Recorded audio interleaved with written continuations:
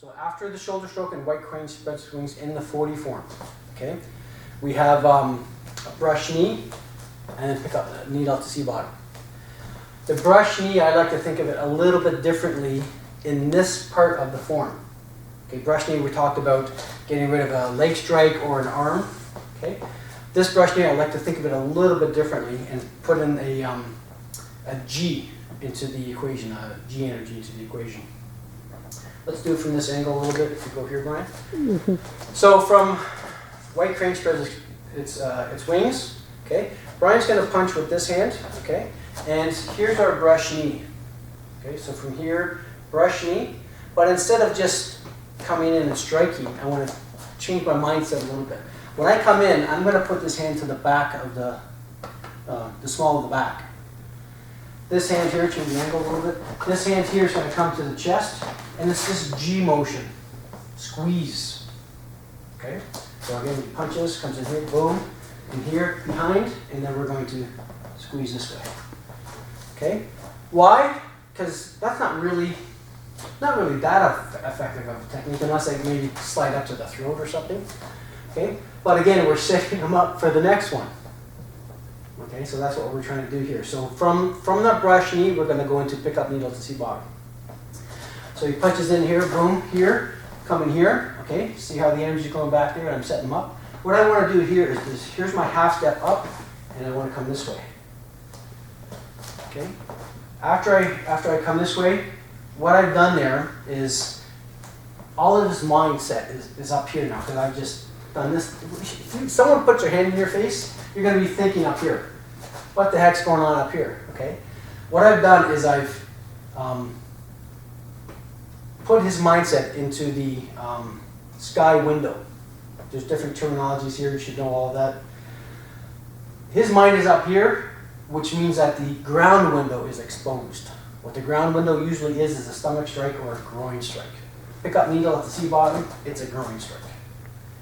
Okay, so we put all this together. This is why I said the mindset for this part of the form is different than the other brush knees. We're playing, he strikes, boom, come in here, set him up, okay, change your position, and then here's your ground, here's your strike for pick up needle at C bottom. Squeeze, up to the chin, pick up needle at C bottom. Okay, pick up needle at C bottom is got a really good small hand technique for a chin-up. When you do this, you got to be very careful, do it slow, and get your partner's cooperation at first so that nothing gets hurt. Okay, it's always from a cross wrist grab. First thing we want to do here is make sure it's on the wrist. When we put our hand on top to do this form, what we want to concentrate on is not grabbing the hand. What we want to concentrate on is stopping this finger or this hand from sliding up the arm. Okay, so again, I've got an imperative. Don't think of grabbing the hand, think of stopping the hand from sliding up the arm. To do that, you just put your thumb there. Just stop it. Okay? So if you try to raise your hand up my arm, you can do it like that, but try to do it now, you can't do it. Okay? This is imperative because we want that hand there so that when we create the bend in the wrist, it stays there. It locks it in where we want it to be locked. From the cross wrist grab, so our thumb goes against the index finger. That's number one. Number two, we want to have this coil up and in.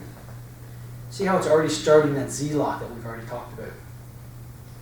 Okay, from here, it starts that Z-lock. Look at the bend in the wrist already.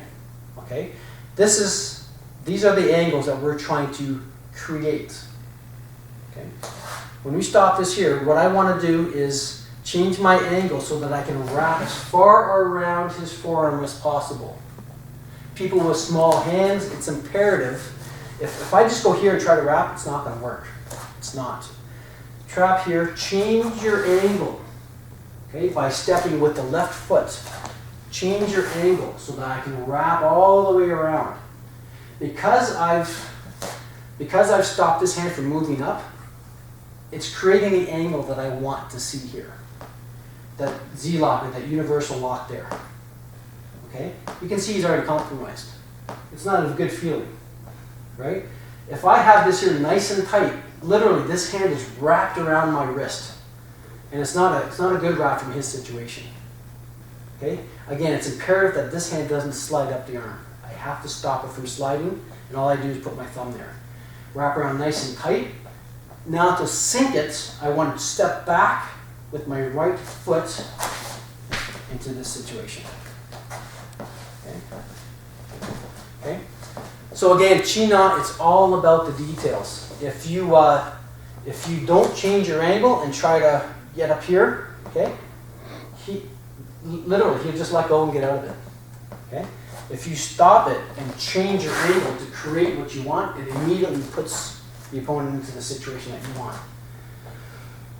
It's good to get that initial reaction. It's better to sync the technique. And when you sync the technique, the way to sync the technique is by changing your angle again and do that little jiggle, and then everything locks into place. It's I don't know what a good analogy would be, but literally that's what happens. Everything just locks into place. It's like, oh my God. Okay. How is that pickup needle at the C bottom? We're here, I do this, and down, okay, and okay, let go, and move back. Here's our pickup needle at the C bottom. Often done with the hand on top like this. That's exactly what it is. One more technique for pickup needle at the C bottom.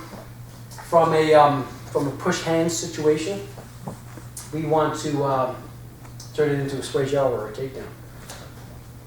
Let's go from push hands. And we're doing our techniques.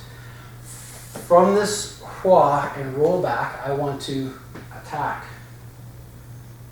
Okay? When I attack this elbow here, okay, if I pull forward, the weight's going to be on this forward leg. Okay, come up for a sec. Again, if you attack, come into a forward stance. Okay, if he puts his weight on here, okay, and if I attack this leg, he can move that leg. Just simple physics, right? But if I pull him forward so that he's on this leg and I attack this leg, and if I pull it out, this is what happens. Okay? So again, from the push hand situation, we're playing, okay? Okay, and I want to put a technique in here. So I come up and I attack.